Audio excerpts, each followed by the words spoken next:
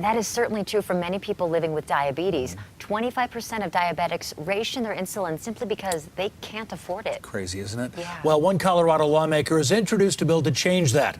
Our Sean Boyd found out it's a cause that's very close to his heart.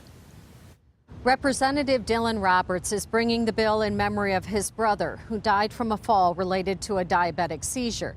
If the bill passes, and I think it will, Colorado will become the first state in the country to cap the cost of insulin for diabetics and to investigate why the price has skyrocketed.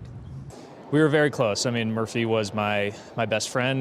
3 years after his brother Murphy's death, Representative Dylan Roberts introduced a bill inspired by his brother's battle with diabetes and his compassion for others. He was always somebody who thought about all the other kids who may not have been as lucky as him to have health insurance, to have the ability to have access to medication when you have type 1 diabetes. Roberts says 1 in 4 diabetics are now rationing insulin because of the cost. The price of insulin has increased 45% in the last 5 years and 700% in the last 20. In a first world country, we shouldn't have people rationing insulin just because they can't afford it. His bill would cap monthly copays for insulin at $100 a month. They now run between $600 and $900. And it would direct the Colorado Attorney General's office to investigate what's driving the cost increases.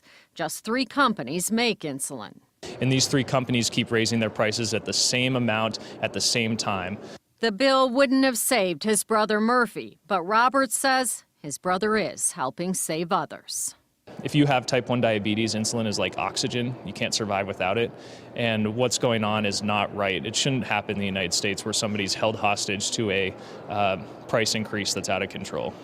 Under the bill, the Attorney General's office has until November of next year to investigate the increase in insulin pricing all along the supply chain and to compile a report with recommendations on how to address those increases. The bill has bipartisan support and it passed its first committee today, 9-2. At the Capitol, Sean Boyd covering Colorado First.